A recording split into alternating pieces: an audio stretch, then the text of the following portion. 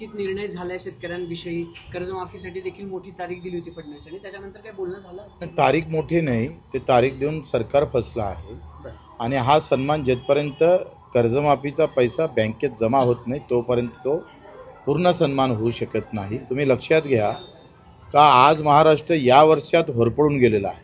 अतिवृष्टी झाली, कमी भाव भेटले आणि जर त्याच दिवशी कर्जमाफी झाली असती तर 25-26चा खरा शेतकरी जो आहे, अडचणीत असतो शेतकरी, तो त्या कर्ज माफीमध्ये आला नसता। कारण आतापर्यंतचा रीतिरिवाज काय आहे, थकीत कर्ज माफ झालं, मग 25-26चा कर्ज शेतकरी जो कर्जदार शेतकरी आहे तो आला असता का?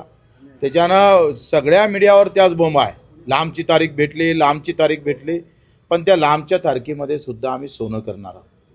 त्या तारखेचं सोनं करण्याचं काम बच्चू कडूचं आहे, आमच्या सगळ्या नेत्यांचं आहे आणि या तारखेचं सोनं करण्यासाठी आम्ही सरकारवर विश्वास ठेवतोय। सरकारनं जर विश्वासघात केला तर 1 जुलै 30 जून 2026 नंतर येणारी 1 जुलै आहे, महाराष्ट्रातल्या किमान 4 ठिकाणी रेल रोको होईल।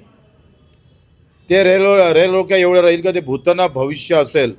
सरकारनं हे लक्षात घ्यावं। आम्ही तुमच्यावर विश्वास आहे, पण शेतकऱ्याचा विश्वासघात केला तर मात्र आम्ही कुठं थांबणार नाही। याच्यापेक्षा दुपटीनं ते आंदोलन मोठं होईल, हे सुद्धा इशारा आम्ही सरकारला देतो। सर, पुण्यातला एक इश्यू आहे, पुण्यातली एक जागा जी महार वतनाला आधी दान केलेली होती, त्यानंतर पार्थ पवारांच्या कंपनीने ती जागा कुठलीही स्टॅम्प ड्युटी न भरता 300 कोटी रुपयाला विकत घेतल्याचं प्रकरण समोर आलेलं आहे। मुख्यमंत्री देखील यावर बोललेत। काय वाटतं तुम्हाला? स्वतः अजित पवारांचे पुत्र आहेत, ते त्यांच्या नावावर कंपनी आहे। खरं तर पवारकडून शेतकऱ्यांची पॉवर वाढायला पाहिजे, तर ते स्वतःचीच पॉवर वाढतात।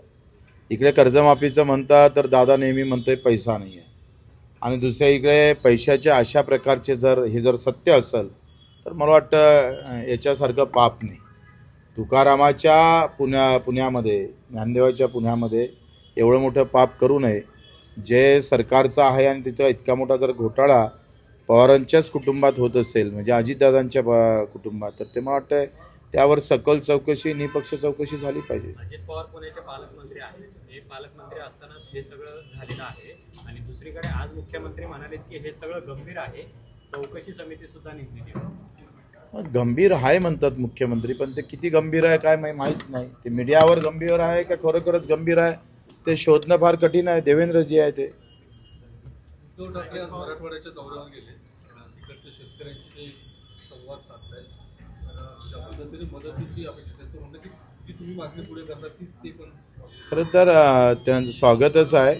खरं तर आम्ही आंदोलन करण्या अगोदरच मोठ्या पक्षानं जर हे आंदोलन केलं असतं, काँग्रेस असेल, राष्ट्रवादी असेल, शिवसेना असेल, तर टोकाचं आंदोलन झाले असतं तर कदाचित आम्ही त्याच्यात सामील झालो असतोय आणि अधिक चांगल्या प्रकारचे निर्णय हाती आले असते।